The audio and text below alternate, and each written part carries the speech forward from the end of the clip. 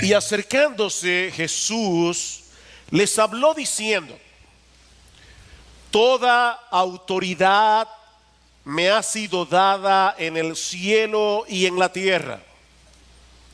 Id pues y haced discípulos de todas las naciones, bautizándolos en el nombre del Padre y del Hijo y del Espíritu Santo, enseñándoles a guardar todo lo que os he mandado. Y he aquí, yo estoy con vosotros todos los días hasta el fin del mundo. Señor y Dios bueno, acabamos de cantar que tú eres un gran rey, que algún día toda lengua confesará que Jesucristo es el Señor. Algún día tu gloria llenará los cielos y la tierra. Algún día nadie podrá rebatir el hecho de que tú eres el Dios de gloria. Señor, nosotros queremos suplicarte en esta mañana que tu Espíritu Santo descienda sobre este lugar. Señor, nosotros queremos que tú abras nuestros ojos para ver la belleza, la gloria, la majestad, el poder de nuestro bendito Señor y Salvador. Hace un momento también cantábamos: haz comprender a tu pueblo tu amor.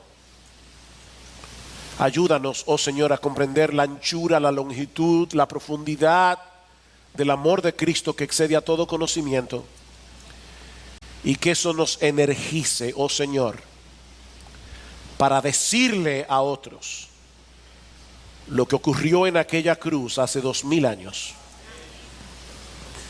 Oh Señor, energízanos en esta mañana para el cumplimiento de la gran comisión, porque te lo pedimos en Cristo. Amén y amén.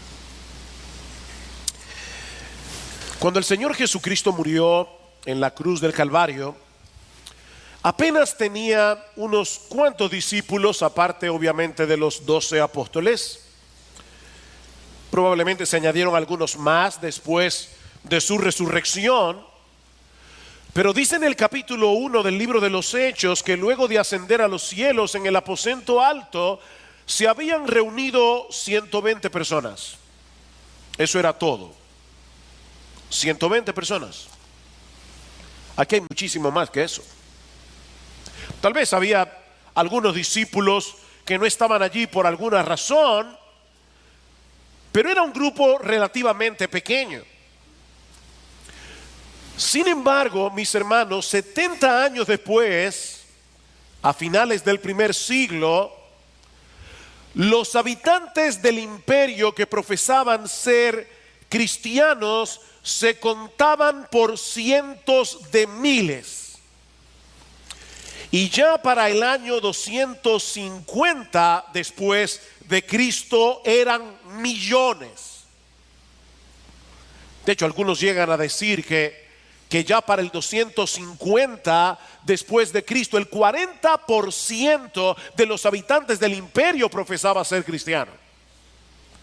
Es un número alto, no podemos asegurarlo, pero es indudable, mis amados hermanos, que habían millones que profesaban la fe de Cristo a pesar de la fuerte oposición que ellos tuvieron que enfrentar desde el principio. Y la pregunta que debemos hacernos a la luz de esta realidad es: ¿qué fue lo que hizo posible ese crecimiento de la iglesia tan extraordinario?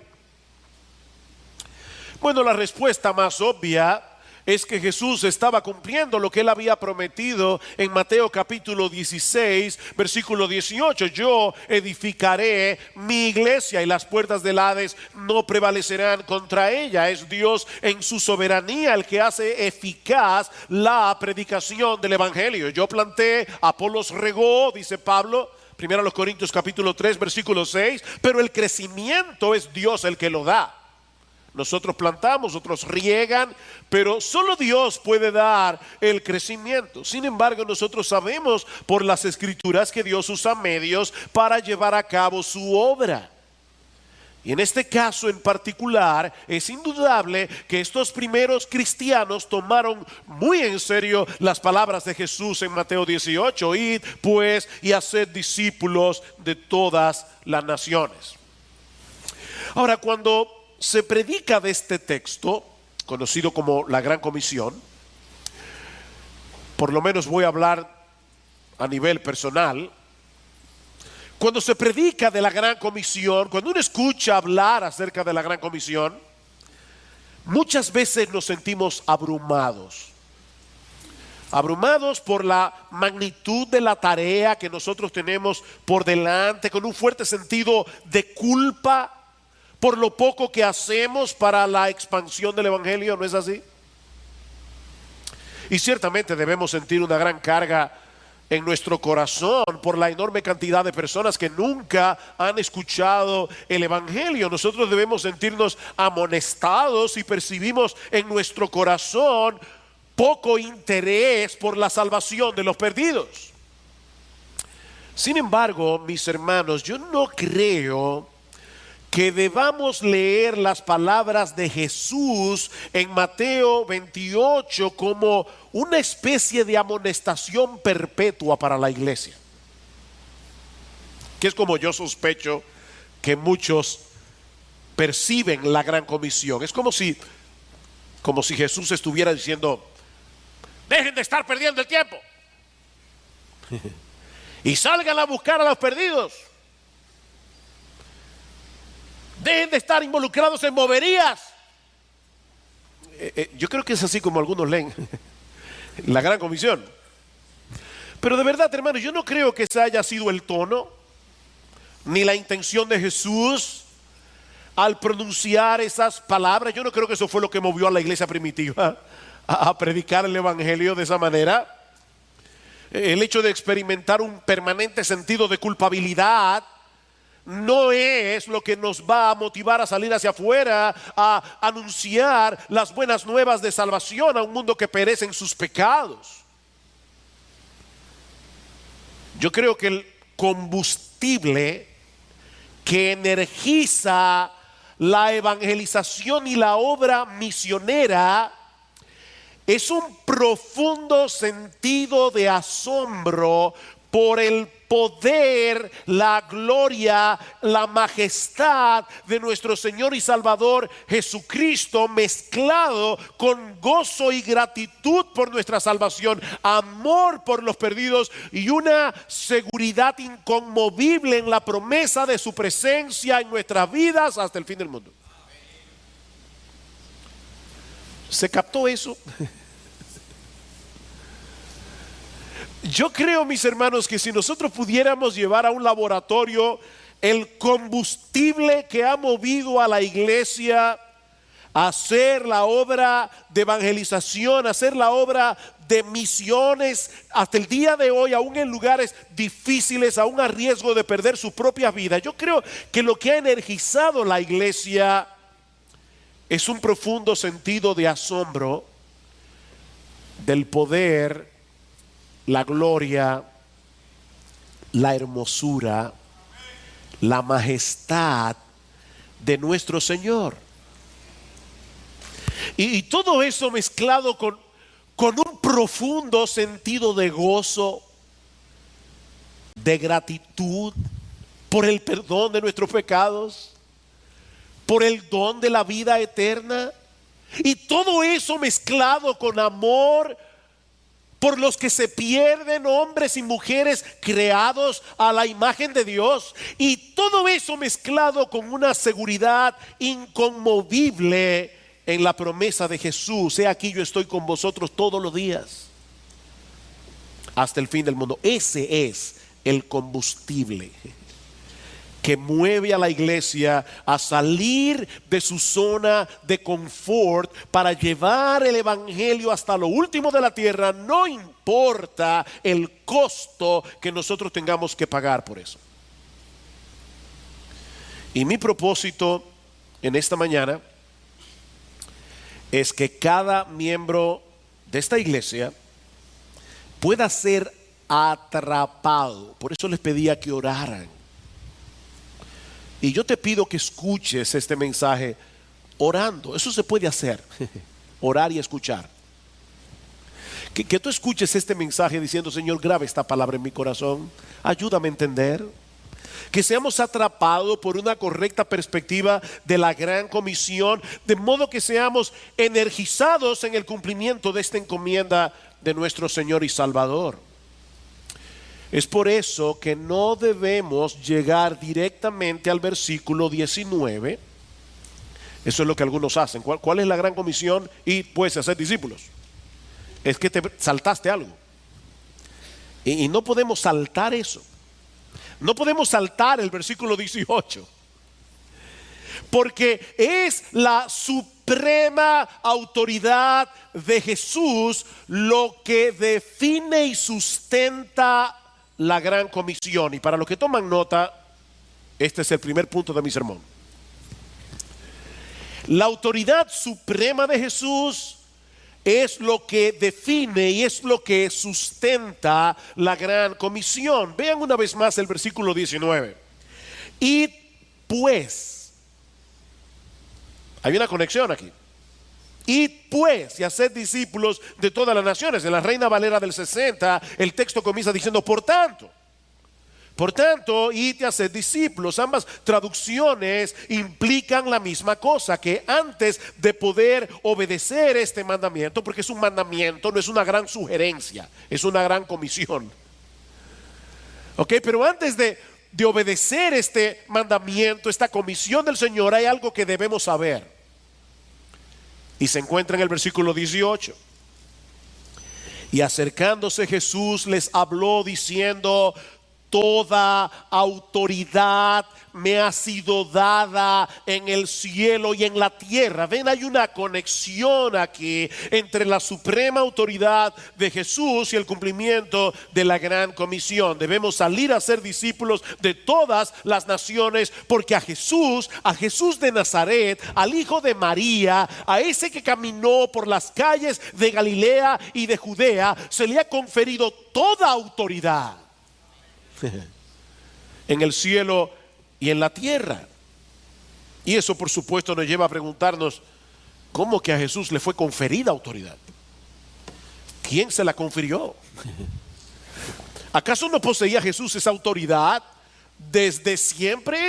Él es la segunda persona de la Trinidad. ¿Quién le confirió a Jesús esa autoridad y para qué? Mateo capítulo 11 versículo 27. Aquí está la respuesta: todas las cosas me han sido entregadas por mi Padre, y nadie conoce al Hijo sino el Padre, ni nadie conoce al Padre sino el Hijo, y aquel a quien el Hijo se lo quiera revelar.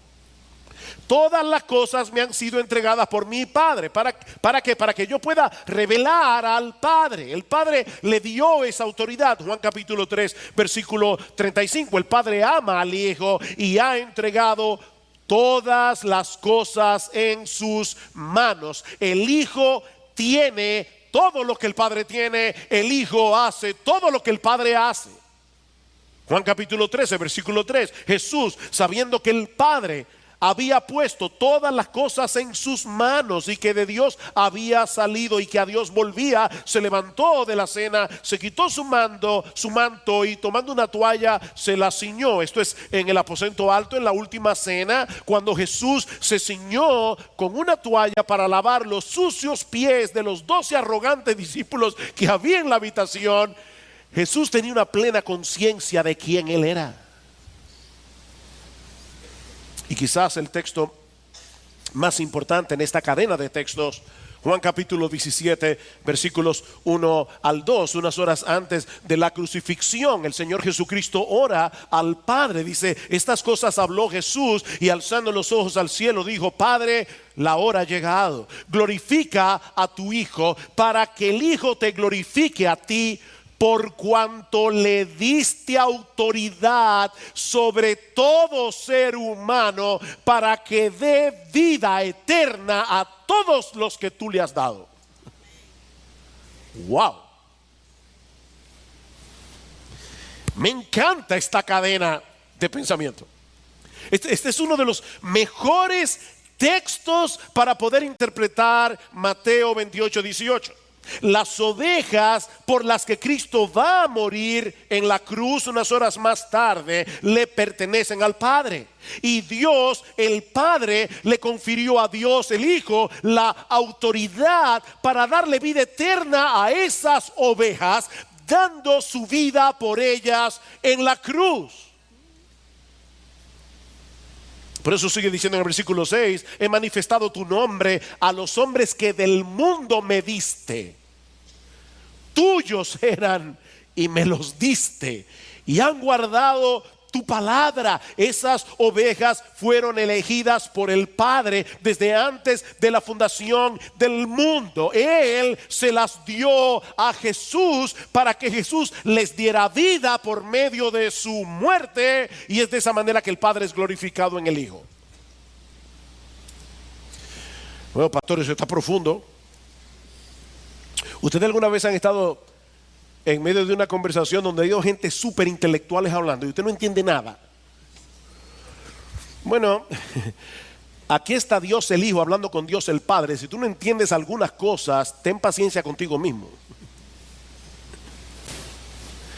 Ahora hay algo claro aquí. Hay un grupo de ovejas que el Padre escogió para Él. Él se las dio a Jesús. Jesús murió por ellas. Y el Padre le dio autoridad a Jesús para darle vida eterna a esas ovejas. Eso está claro. Ahora, mis hermanos, ¿puede haber mayor incentivo para predicar el Evangelio que lo que Jesús acaba de decir aquí? Nosotros no sabemos cuáles son esas ovejas que Dios el Padre le dio a Dios el Hijo, pero sí sabemos que Dios el Hijo tiene plena autoridad dada por el Padre para darles vida eterna a través de la predicación del Evangelio. Eso sí lo sabemos. Así que sal a predicar que el Hijo va contigo y Él le va a dar vida eterna a los que Él quiera dársela, pero se las va a dar a través de la predicación del Evangelio. Ahora, pastor, pero si Cristo es Dios, cantamos hace un momento, Jesús, tú eres Dios, uno con el Padre. Si Jesús es Dios, ¿por qué fue necesario que el Padre le confiriera esa autoridad? De hecho, recuerden cómo comienza el Evangelio de Juan, que es donde se encuentra esta declaración en Juan 17. ¿Cómo comienza el Evangelio de Juan? En el principio existía el Verbo, y el Verbo estaba con Dios, y el Verbo era Dios. Él estaba en el principio con Dios. Todas las cosas fueron hechas por medio de Él, y sin Él nada de lo que ha sido hecho fue hecho. En Él estaba la vida, y la vida era la luz de los hombres. El Verbo es Dios, verdaderamente Dios. Es lo que Juan nos está diciendo aquí. Él es el creador, Él es el sustentador de todas las cosas, Él es el dador de la vida. Y ese Verbo, dice Juan en el versículo 14, se hizo carne. Ese Verbo, que es verdaderamente Dios, se hizo verdaderamente hombre.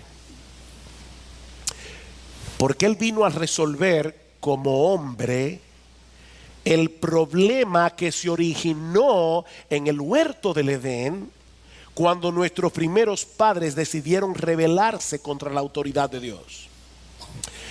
Y hermanos, esto que yo voy a decir ahora es tan importante, porque nosotros podemos comenzar a pensar en la gran comisión a partir del Evangelio de Mateo. Pero si tú comienzas a pensar en la gran comisión a partir del Evangelio de Mateo, es como comenzar a ver la película por la mitad. No, Mateo 28 tiene todo un trasfondo detrás. Dios creó a Adán y Eva, recuerden, a su imagen y semejanza, y les dio la encomienda de ejercer dominio sobre todo lo creado. Ellos debían llenar la tierra de seres humanos creados a la imagen y semejanza de Dios, para ejercer dominio, para ejercer autoridad sobre todo lo creado, pero por supuesto siempre bajo la autoridad de Dios, en el nombre de Dios, para la gloria de Dios.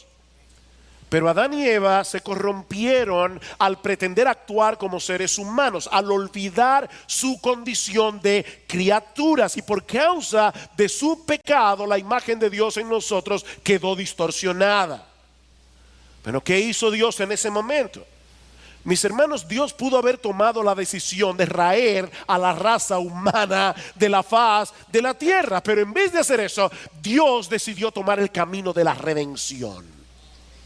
Dios en ese momento en el jardín del Edén decidió tomar el camino de la redención, desviar la furia justa de su ira contra su propio hijo.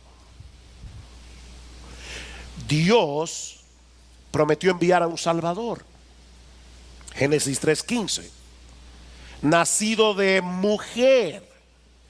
Es decir, un hombre como tú y como yo, el postrer Adán, como le llama Pablo en 1 Corintios 15, que habría de revertir todos los efectos de la caída. Es por eso que aunque Dios le dijo a Adán y Eva, si comen de ese árbol van a morir, cuando ellos comen del árbol de la ciencia del bien y del mal, Adán le cambia su nombre a su esposa, a quien antes le llamaba Isha, que significa varona, y le llama Eva. ¿Y por qué le llama Eva? Porque Adán creyó en la promesa. Eva significa madre de todos los vivientes, no madre de los murientes, madre de todos los vivientes. ¿Saben por qué a Eva se le llamó Eva?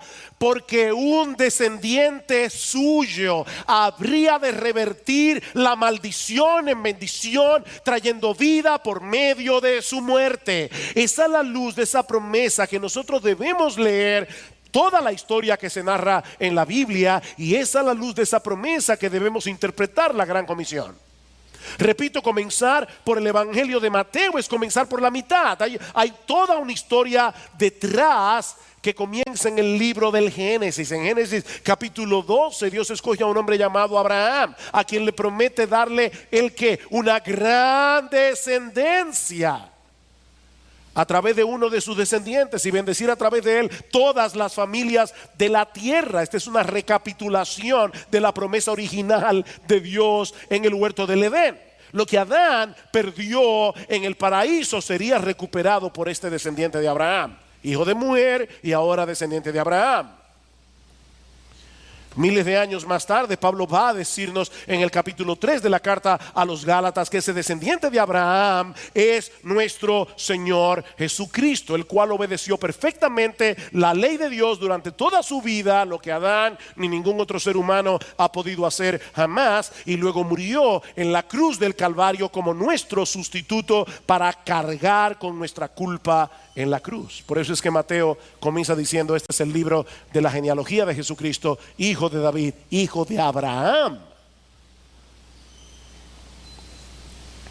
Ese Jesús que murió crucificado, también resucitó al tercer día y luego ascendió a los cielos, y ahora está sentado a la diestra de Dios, dice Pablo en Efesios capítulo 1, muy por encima de todo principado, autoridad, poder, dominio y de todo nombre que se nombra, no solo en este siglo, sino también en el venidero. ¿Se dan cuenta, mis hermanos? Jesús siempre tuvo autoridad como Dios, pero ahora estamos hablando del Dios que se hizo hombre, del Mesías. Resulta que ahora hay un hombre que es también Dios, el postrer Adán, a quien el Padre le ha conferido como Dios y hombre una autoridad infinitamente superior a la que Adán perdió en el paraíso. Jesús de Nazaret, el hijo de María, ha sido entronizado en los cielos y ahora gobierna sobre todo el universo como Rey de reyes y Señor de señores. Hay un hombre ahora, hay un hombre que es Dios, pero es hombre, sentado a la diestra de Dios y gobernando el universo. Es esa realidad la que energiza el cumplimiento de la gran comisión. A Jesús se le ha conferido toda autoridad como Dios y hombre en los cielos y en la tierra, y por lo tanto es imposible, absolutamente imposible, que su plan de redención termine en un fracaso. Las ovejas que el Padre le dio a Jesús serán llamadas eficazmente por el poder del Espíritu Santo, mientras criaturas débiles como tú y como yo predican el Evangelio. Vamos por el mundo anunciando la buena nueva de salvación. Personas como tú y como yo.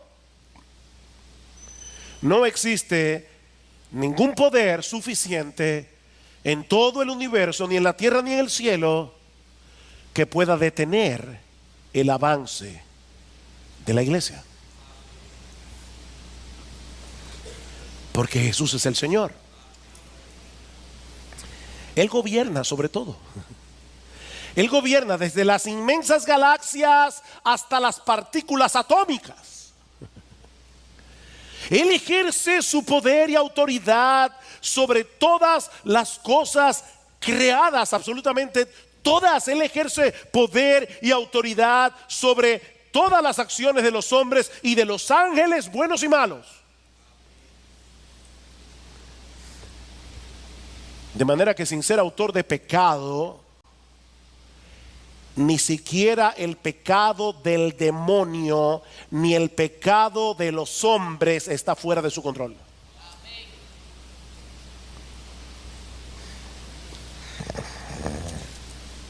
Es increíble que Nabucodonosor, el rey de Babilonia, tenía una mejor teología que muchos evangélicos.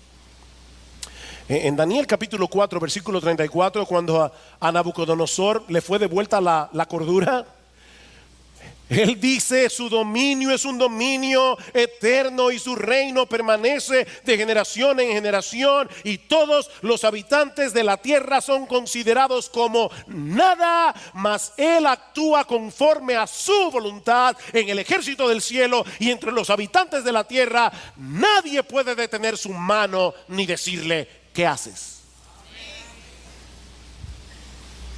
Toda autoridad me ha sido dada en el cielo y en la tierra. Y pues, y hacer discípulos. Vayan y prediquen este evangelio, porque yo soy el Señor. Vayan y prediquen, porque nada ni nadie podrá impedir que las ovejas escogidas por el Padre vengan a mí. No hay gobierno humano que pueda detenerlos. No hay ninguna religión humana que pueda retener permanentemente a los que son míos. No importa que en este momento estén sumidos en el Islam. No importa que vivan en Corea del Norte. Mis ovejas oirán mi voz. Mis ovejas oirán mi voz. Mis ovejas vendrán a mí, porque el Padre me dio potestad para darles vida eterna a todos los que Él me ha dado.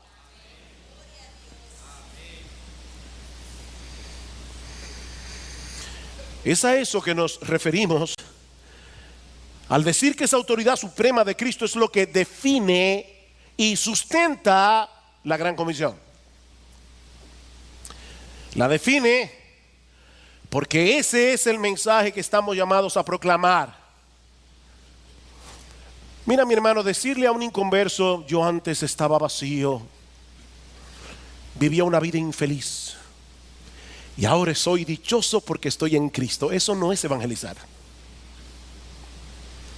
Eso no es evangelizar. Evangelizar es anunciar algo. Es anunciar un hecho histórico. Algo que sucedió en el Calvario hace 2000 años. Es proclamar que ya Jesús venció en la cruz los poderes de la muerte, del diablo y del pecado. Es proclamar que hay perdón en Cristo para todo aquel que cree, porque Él resucitó de los muertos al tercer día, y de esa manera el Padre estaba confirmando que su justicia perfecta había quedado plenamente satisfecha por medio de la muerte de su Hijo. Eso es predicar el evangelio. Un gran teólogo norteamericano llamado Michael Horton narra en uno de sus libros que en cierta ocasión él estaba en la iglesia y no sé por qué el pastor le preguntó: ven acá, ¿cuándo tú fuiste salvo? ¿Le han hecho esa pregunta? ¿Cuándo tú fuiste salvo? Y dice Michael Horton: de repente yo me descubrí a mí mismo respondiendo sin pensar: hace 2000 años. ¿Cuándo tú fuiste salvo? Hace 2000 años.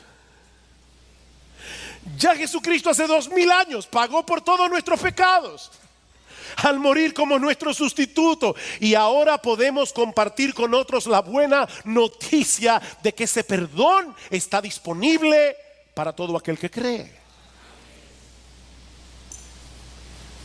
Pero esa autoridad suprema de Jesús no solo define, sino que también sustenta la gran comisión. Porque es esa suprema autoridad de Jesús lo que garantiza el éxito de la gran comisión. Mateo 24:14, este evangelio del reino se predicará en todo el mundo. Este evangelio del reino se predicará en todo el mundo como testimonio a todas las naciones, y entonces vendrá el fin. Hay un montón de lugares ahora mismo donde predicar el evangelio es un delito, donde puede costarte la muerte predicar el evangelio. Pero ¿sabes qué? Allí se va a predicar el evangelio si Cristo quiere que se predique. Este evangelio se predicará, a nada ni nadie va a poder impedir que eso suceda. Yo edificaré mi iglesia y las puertas del Hades no prevalecerán contra ella. Eso no puede suceder. Es sobre la base de esa realidad que podemos salir a proclamar con toda confianza el evangelio, sabiendo de antemano que al final de la historia todas las ovejas compradas por el Padre de toda tribu, pueblo, lengua y nación estarán allí. Habrán dominicanos, habrán coreanos, habrán gente que estaban antes en el Islam, habrán personas que estaban antes en el hinduismo, habrán ex budistas, ex confucionistas, ex laotsetitas, no sé cómo se llama eso. Habrá de todo allí, transformados, glorificados, alabando al Cordero con gozo y diciendo a gran voz: el Cordero que fue inmolado digno es de recibir el poder, las riquezas, la sabiduría, la fortaleza, el honor, la gloria y la alabanza. Y dice que eran miríadas de miríadas de miríadas.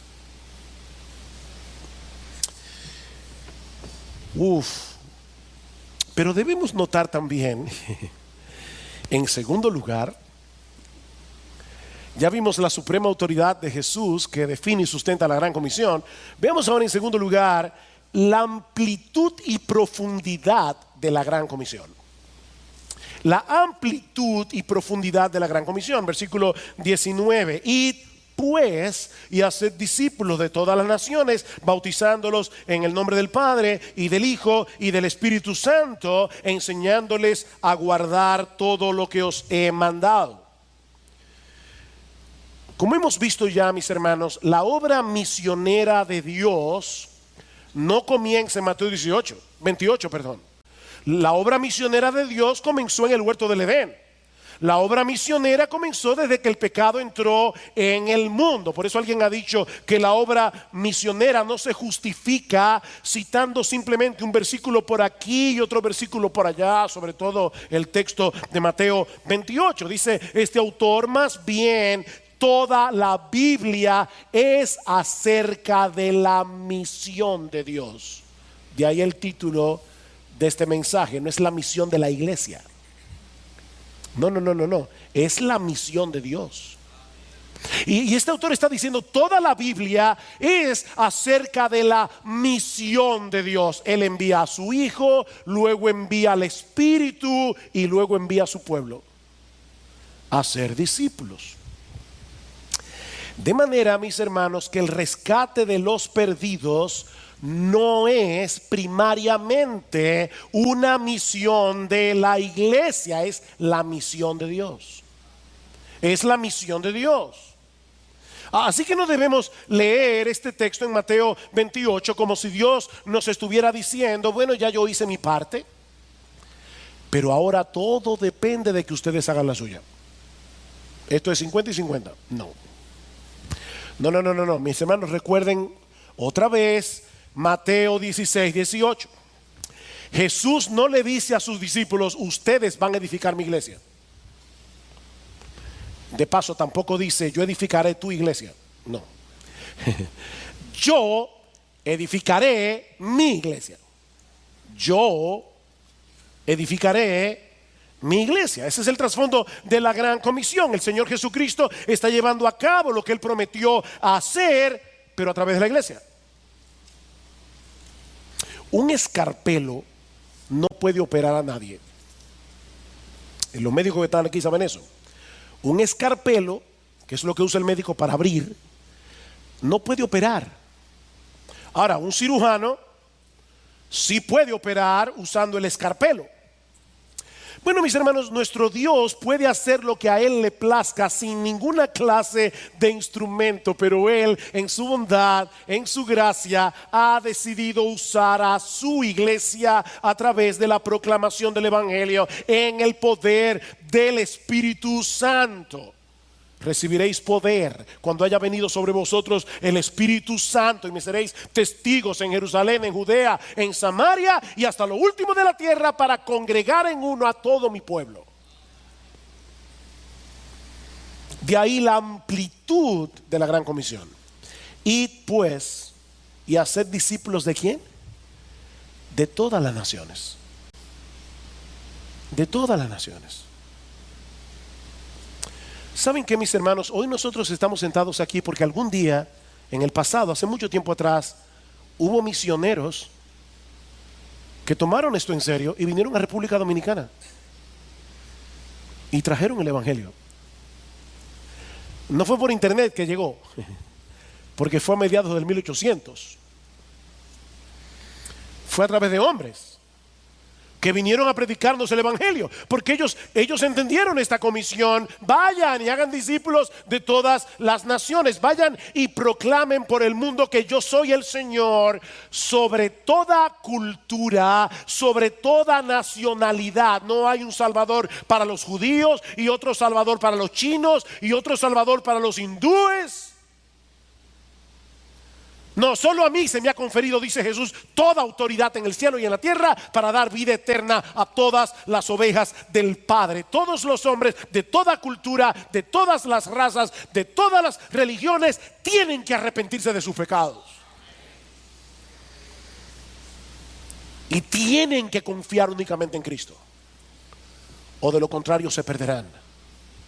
Yo soy el camino, yo soy la verdad, yo soy la vida. Nadie viene al Padre sino por mí. Hay un solo nombre bajo el cielo dado a los hombres, no importa el país, no importa la raza. Hay un solo nombre en el cual podemos ser salvos, y ese nombre es Jesucristo.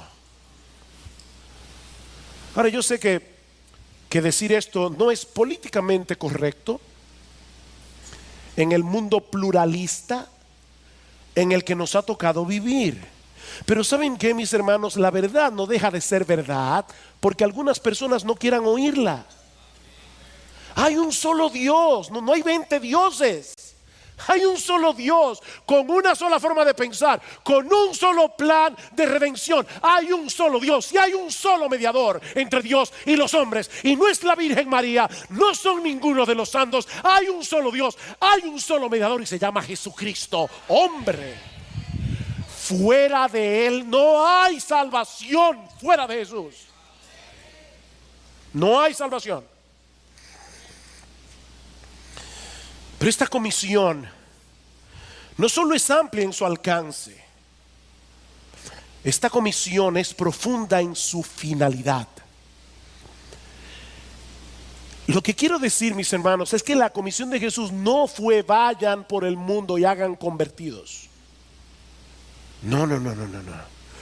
La comisión de Jesús es vayan y hagan discípulos. No meros convertidos, no discípulos. Y es interesante notar aquí que aunque en nuestras versiones, y es correcto, el verbo ir está en imperativo, id y hacer discípulos.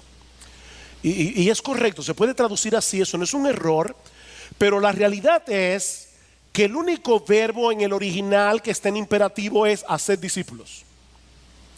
Luego vienen 3 verbos en participio, lo que indica que son las formas a través de las cuales hacemos discípulos. ¿Cuál es el mandato? Hacer discípulos. ¿Cómo? Yendo, bautizando y enseñando. Yendo, bautizando y enseñando. ¿Y qué es un discípulo? Pero un discípulo es un aprendiz es un seguidor de Jesús, es alguien que ha decidido de poner su autonomía, es alguien que ha decidido rendirse ante Jesús como su único dueño, como su único Señor, como su único amo, como su único Dios, como su único Salvador. Es una persona que ha dejado de confiar enteramente en sí misma para confiar únicamente en Cristo. De manera que la encomienda que Jesús ha dado a su iglesia es que vayamos por todo el mundo con el propósito de que todo tipo de personas, con todo tipo de trasfondo cultural, étnico o religioso, vengan a ser seguidores de Jesús, vengan a ser adoradores de Jesús, vengan a ser personas que solo confían en Jesús y que anhelan de todo corazón obedecer a Jesús y vivir para Él.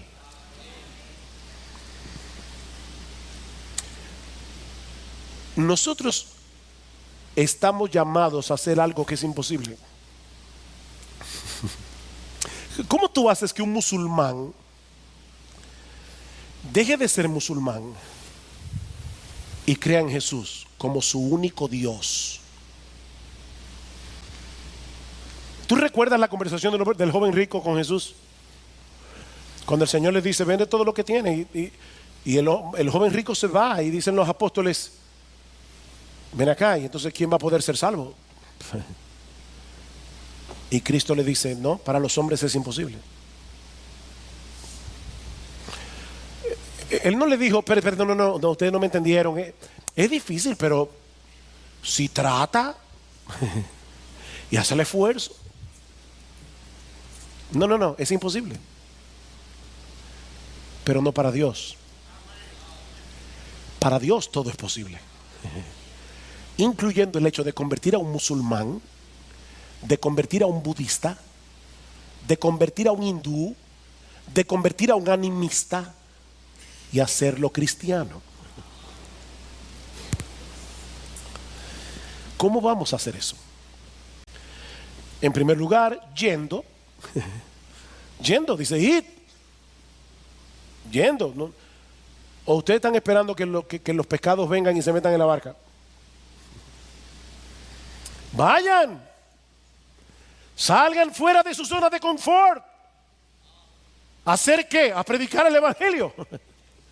No, yo con mi testimonio lo digo todo. No, mi hermano. No, déjame decirte algo, tu testimonio no lo dice todo, porque tu testimonio no le dice al pecador que él es pecador, que va camino al infierno, que Jesús murió en la cruz por sus pecados y que solo hay salvación en él. Tu testimonio no dice eso. No, Jesús no dijo vayan por el mundo y den un testimonio. No.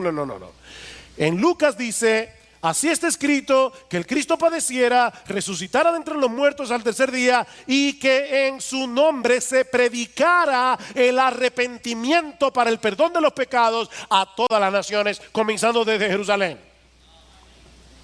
Debemos salir, llamar a los hombres al arrepentimiento, compartiéndoles la buena noticia de que en Cristo hay perdón para todo aquel que cree. En otras palabras, Dios nos está dando el privilegio de ser un escarpelo en sus manos para hacer una operación de corazón abierto, para cambiar un corazón de piedra en un corazón de carne. Ustedes recuerdan cuando el Señor Jesucristo llamó a Pablo para que Pablo predicara el evangelio. ¿Cómo fue que Cristo le describió a Pablo su trabajo? Oigan esto. Hechos 26:18. Te estoy enviando a los gentiles, a los paganos, para que abras sus ojos, a fin de que se vuelvan de la oscuridad a la luz y del dominio de Satanás a Dios, para que reciban por la fe en mí el perdón de pecados y herencia entre los que serán santificados o han sido santificados. A eso te envío, Pablo.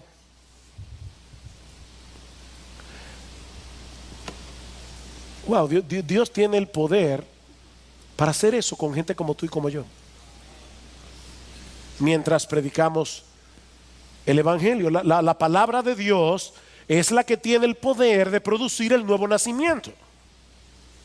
En personas que están espiritualmente muertas en sus delitos y pecados. Él de su voluntad nos hizo nacer por la palabra de verdad, Santiago 1:18, para que seamos primicias de sus criaturas. Él nos hizo nacer por medio de la palabra. La palabra tiene poder.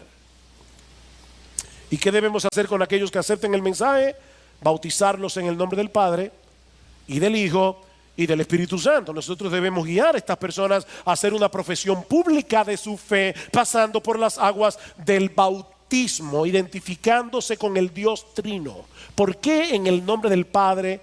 Y vean, noten, es un solo nombre. Cristo lo dijo en los nombres. No es un solo Dios en tres personas. En el nombre del Padre, porque el Padre fue que nos escogió desde antes de la fundación del mundo. En el nombre del Hijo, porque el Hijo fue que nos sustituyó en la cruz del Calvario pagando por nuestros pecados. Y en el nombre del Espíritu Santo, que fue el que abrió nuestro entendimiento y aplicó eficazmente el Evangelio en nuestro corazón. De paso, si hay alguno aquí que profesa ser cristiano y todavía no se ha bautizado, escucha lo que dice Jesús aquí. Bautizarse no es una opción para un creyente. Es por medio de ese bautismo en agua que nosotros venimos a formar parte de una iglesia local. Eso es lo que hemos estado viendo en toda esta serie, donde aprendemos lo que implica en la práctica ser un seguidor de Jesús como amo, dueño, Señor de nuestras vidas, mientras nos animamos unos a otros a la obediencia que fluye de un corazón agradecido, enseñándoles a guardar todo lo que os he mandado. Ustedes recuerdan a Isaías. Ese reloj, hoy en la mañana quisiera romperlo. Ustedes recuerdan a Isaías, cuando en Isaías capítulo 6 el Señor se le aparece, él ve la gloria de Dios y de repente Isaías dice: ay de mí, muerto soy deshecho, porque siendo un hombre inmundo de labios han visto mis ojos al Rey, Jehová de los ejércitos. Y Dios de repente le purifica los labios y Dios le permite a Isaías escuchar una conversación entre las tres personas de la Trinidad. ¿A quién enviaré y quién irá por nosotros? ¿Y qué hace Isaías? Heme aquí, Señor, envíame a mí. ¿Por qué? Porque él ya había recibido el perdón de sus propios pecados. Alguien decía: imagínense que Isaías hubiera escuchado esta conversación de Dios antes de haberse sentido deshecho por sus propios pecados, antes de haber visto la gloria de Dios. Isaías escucha: ¿a quién enviaré? ¿Quién irá por nosotros? Isaías era un hombre justo según el parámetro del Antiguo Testamento. Si Isaías no hubiera visto la gloria de Dios y se hubiera sentido deshecho, ¿sabe lo que hubiera pensado? Heme aquí, Señor, esta pieza disponible. Pero ¿qué hubiera pasado si Isaías hubiera escuchado esta conversación entre las personas de la Trinidad sin haber recibido con ese carbón ardiente el perdón de sus pecados? ¿A quién enviaré? ¿Y quién irá por nosotros? No a mí, Señor. No a mí, yo soy un hombre inmundo de labios. Yo soy un pecador, yo no puedo hacer eso.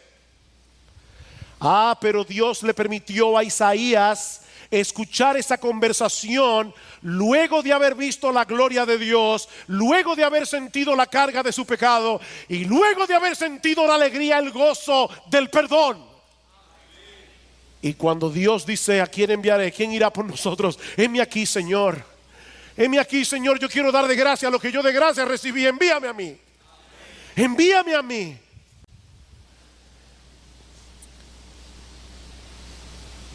La gran comisión, mis hermanos, es el medio a través del cual Jesús está cumpliendo la promesa: yo edificaré mi iglesia. No se trata simplemente de salvar individuos. La gran comisión no se trata de salvar individuos, es de establecer iglesias. Iglesias que a su vez seguirán estableciendo otras iglesias donde el evangelio será predicado y los creyentes serán pastoreados y animados entre sí. Esa es la encomienda de nuestro Señor. Pero aún nos resta un aspecto más, y les prometo que lo veremos mucho más brevemente. La promesa que nos anima, consuela y fortalece en el cumplimiento de la gran comisión. Versículo 20, al final. Y he aquí, yo estoy con vosotros todos los días hasta el fin del mundo. Wow, se puede predicar 5 sermones. Yo, ese es un sermón. ¿Quién es yo? ¿Quién es el yo que promete estar con nosotros? El mismo que en el versículo 18 ha dicho que toda autoridad le ha sido dada en el cielo y en la tierra. Ese Señor que posee, se borró el reloj. Eso fue una bendición. Ese Señor que posee toda autoridad sobre todo el universo, sobre los ángeles, sobre los demonios, sobre los átomos, sobre las acciones libres de los hombres, sobre las enfermedades y aún sobre la muerte, ha prometido estar con nosotros. Wow, Isaías 41:10, no temas porque yo estoy contigo, no te desalientes porque yo soy tu Dios, te fortaleceré, ciertamente te ayudaré, sí, te sostendré con la diestra de mi justicia.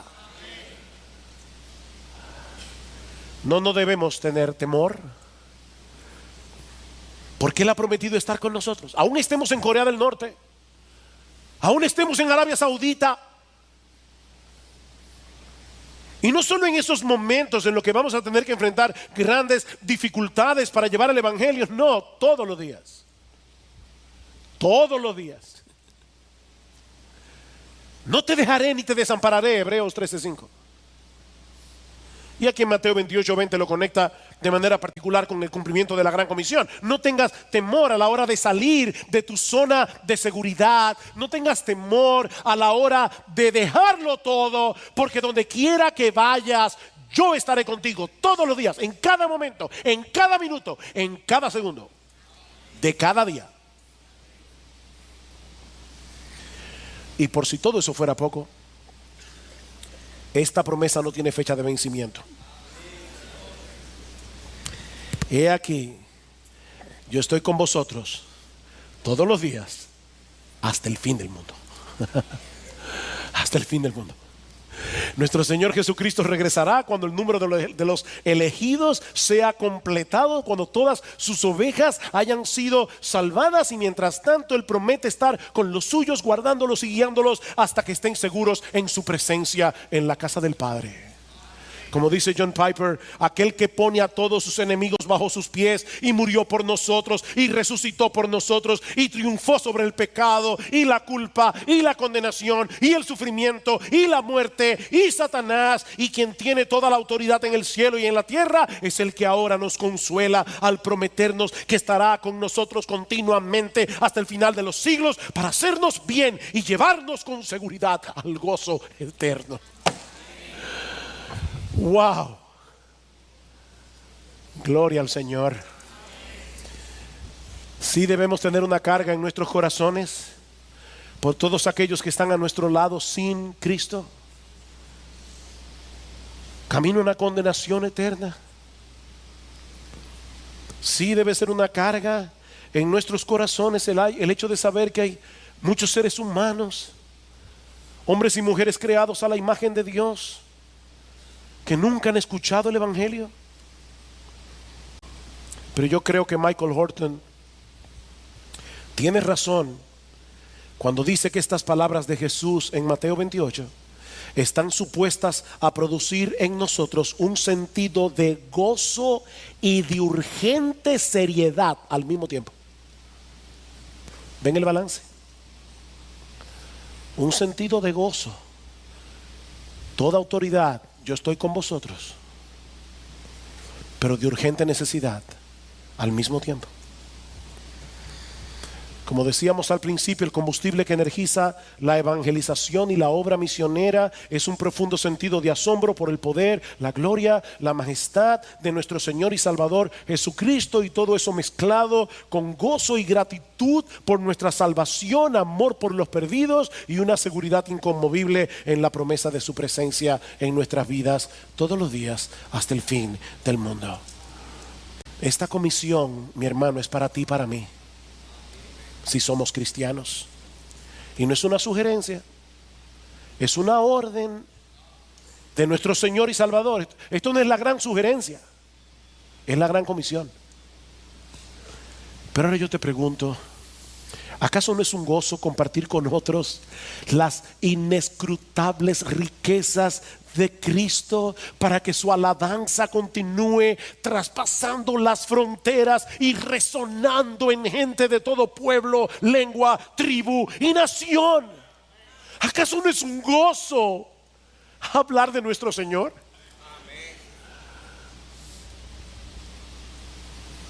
No podemos dejar de decir lo que hemos visto y oído. ¿Recuerdan esas palabras de Pedro cuando le prohibieron predicar el evangelio?